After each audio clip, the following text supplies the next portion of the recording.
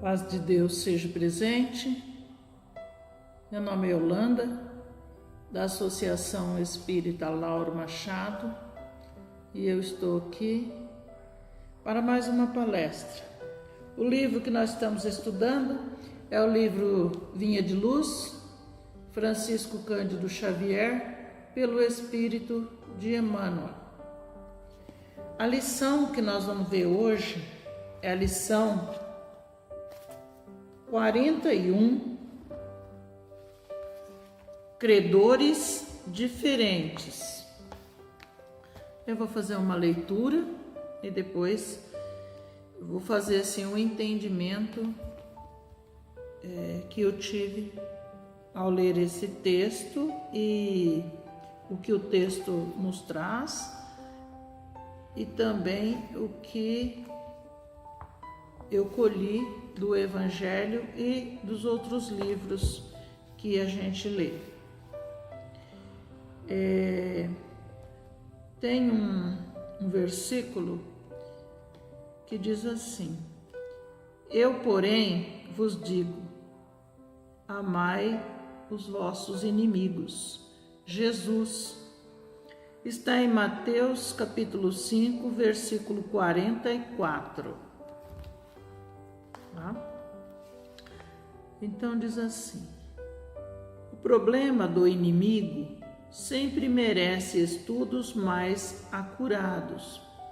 Certo, ninguém poderá aderir de pronto à completa união com o adversário do dia de hoje, como Jesus não pôde rir-se com os perseguidores no martírio do Calvário.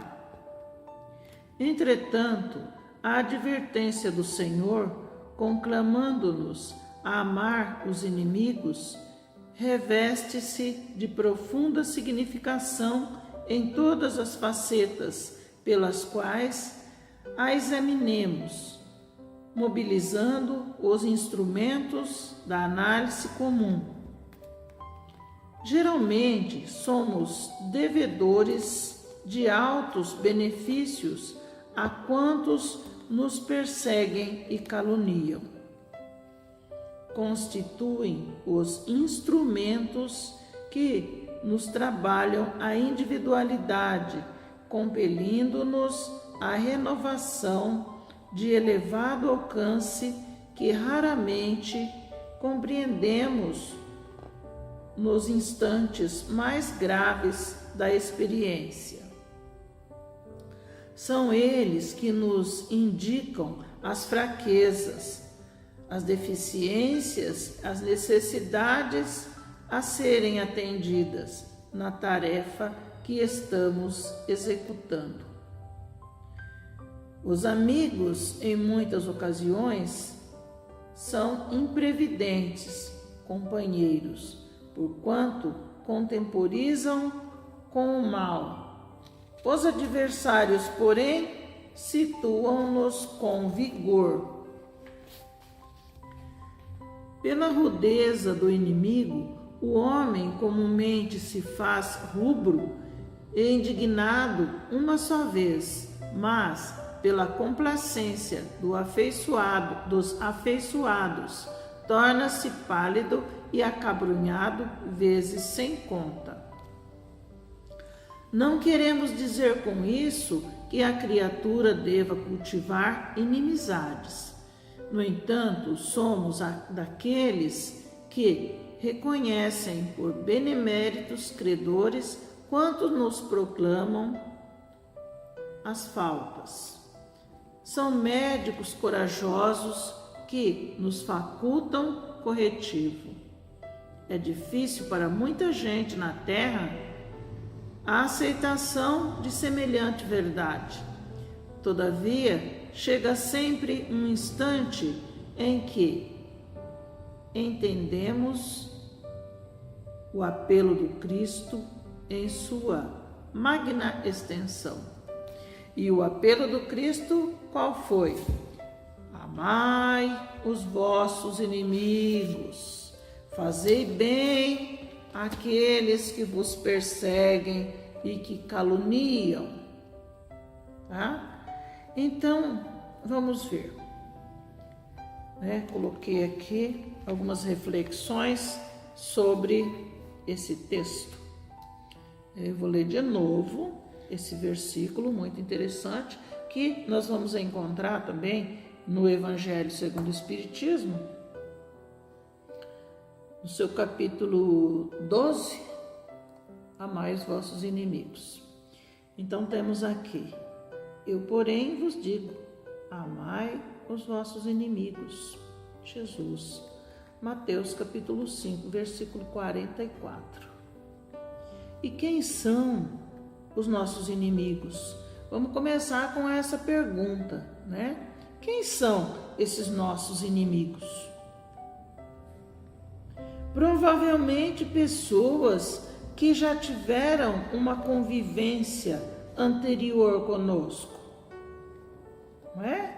É possível que essas pessoas, esses desafetos que nós encontramos hoje pelo nosso caminho aí, seja em casa, seja no trabalho, seja em qualquer lugar que nós vamos encontrar umas pessoas lá que a gente não consegue nem ouvir a fala dessa pessoa. Então, por quê? Essas pessoas muitas vezes não fizeram nada para nós nessa vida, ou nós para eles, né? Mas, pelas inúmeras encarnações que nós tivemos, é provável que nós já tivemos em contato com essas pessoas e que eles não são tão estranhos assim para nós. E, como no próprio Evangelho diz, quando a gente encontrar alguém que a gente não simpatiza, a gente deve pensar, um de nós foi o culpado, né? Então, porque se nunca tivéssemos vistos, não haveríamos de sentir nada um pelo outro, né? Se a gente nunca tivesse visto essas pessoas, as quais nós temos assim uma repulsa, às vezes, se nós não tivéssemos nunca encontrado essas pessoas, não íamos sentir nada, né? Isso que é o normal. Mas por conta das incontáveis reencarnações que nós já tivemos, sabemos que alguma situação não boa já ocorreu no passado e que, por isso, Deus nos deu a oportunidade de reencontrarmos, seja no lar, no trabalho ou em qualquer outro lugar na sociedade, para que possamos reparar os nossos equívocos do passado. Então, foi por isso que Deus nos deu essa oportunidade.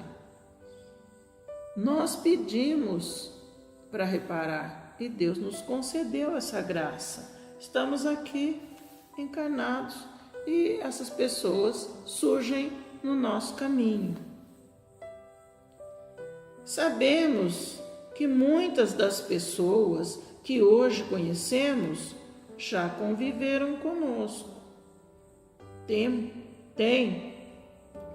aqueles que a gente encontra e sente grande alegria em rever, e outros que nós não gostamos, nós sentimos mal, incomodados com a sua presença. Então, por que tem aquelas pessoas que a gente olha para ela a primeira vez e fala, nossa, gostei? Já tem aquelas outras que você olha e fala, não fui com a cara dela. Então, o texto nos vem dizer desses credores aí do passado, que estão aqui, e só deles olharem para nós, nós já sentimos que estamos sendo cobrados. A sensação é muito diferente ao encontrarmos esses dois tipos de pessoas. tá? No próprio Evangelho diz que não é a mesma sensação você encontrar um desafeto e você encontrar aquela pessoa que você já teve afinidades no passado, né? Eu citei aqui um senhor que ele já agora está desencarnado já, o senhor Adão Nonato, que ele fazia um programa na rádio Boa Nova de Guarulhos, e ele sempre dizia que os desafetos são os nossos personagens trainers, porque são essas pessoas que vão fazer com que a gente saia do comodismo e que a gente vá buscar as soluções. Então, ele sempre contava essas histórias do Dr. Adão Nonato, que quando a gente vai para uma academia, a gente não vai lá carregar assim um peso leve, fazer nada. A gente vai lá para carregar pesos fortes e às vezes nós vamos sentir até dor, né? Vamos sentir dores no corpo por fazer aqueles exercícios. Então, por que nós estamos fazendo todo aquele esforço? Não é para ficar com um corpo bem definido, né? Criar uma massa, fazer uma coisa assim? Então, esses nossos desafetos também estão para fazer que espiritualmente a gente se fortaleça. Estão treinando a gente, estão nos ajudando na verdade, porque o próprio texto diz que os nossos amigos muitas vezes não fazem essas coisas. Que você, por exemplo, faz uma palestra, alguma coisa, e pergunta para um amigo, o que você achou, né? Nossa, foi maravilhoso, foi, sabe? Aí você queria, assim, que alguém dissesse alguma coisa para você poder melhorar, mas não, os amigos não vão dizer. Agora, um desafeto já vai dizer, eu achei isso, né? Aí você vai, na hora assim, você sente, puxa, será que foi isso mesmo? Mas você vai refletir, você vai pensar e vai falar, foi isso mesmo. Eles têm essa capacidade de nos jogar na cara aquilo que a gente tem necessidade. Então, prosseguindo aqui, eles vêm nos tirar das zonas de conforto e nos fazer caminhar nessa busca. Vamos aprendendo, amadurecendo e evoluindo. Sem isso, íamos ficar atrofiados, sabe? Se não tivesse aí os nossos inimigos ou desafetos, que eu prefiro desafetos, se não tivessem essas pessoas, a gente ia ficar assim de boa, nunca ia ter nenhuma vontade de se melhorar, né? Porque estava tudo confortável, né? Os nossos amiguinhos dizendo, não, tá ótimo, tá maravilhoso, ai, você é tão bom, né? Então, mas os nossos desafetos, eles vão ver esses pontos que nós precisamos melhorar e vão nos ajudar.